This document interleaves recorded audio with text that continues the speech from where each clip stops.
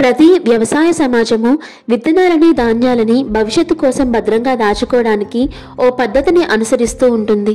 మన దగ్గర అయితే ఒకప్పుడు పేడ రాసిన వెదురు బుట్టల్లో దాస్తుండేవారు. ఇటీవల కాలంలో రసాయనాలు శీతలీకరణ వస్తువుల సాయంతోనూ భద్రపరుస్తున్నారు. పద్ధతి ఏదైనా సరే ఈ ధాన్యాలు 2 ఏళ్ల కన్నా ఎక్కువ కాలం ఆరోగ్యంగా ఉండవు. కానీ ఆంధ్రప్రదేశ్ అల్లూరి సీతారామరాజు జిల్లా చింతూరు ఏజెన్సీలో ఉంటున్న మురియా గిరిజనులు దాదాపు 5 ఏళ్ల పాటు విత్తనాలని ధాన్యాలని చెక్కు చెదరకుండా ఉంచుకోగలుగుతున్నారట. అది కూడా ఎటువంటి రసాయనాలు, విద్యుత్ అవసరం మరియు శీతలీకరణ వస్తువులు లేకుండానే. ఇందుకోసం వాళ్ళు ఉపయోగిస్తున్న దెడా అన్న పద్ధతి ఇటీవల అక్కడ జరిగిన ఓ ఆహార ఉత్సవంలో వెలుగులోకి వచ్చింది.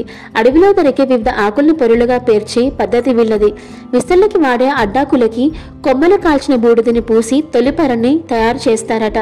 దానిపైన నిమ్మ ఆకుల్ని పేర్చి ఆ పైన మరో పొర ఆకుల్ని ఉంచి అందులో విత్తనాలని ఉంచి దాన్ని కట్టి ఓ కుండలా మార్చుకుంటారట. అలా దాచిన ధాన్యాలని 5 ఏళ్ల తర్వాత కూడా సాగు చేసుకుంటున్నారట ఈ గిరిజనులు.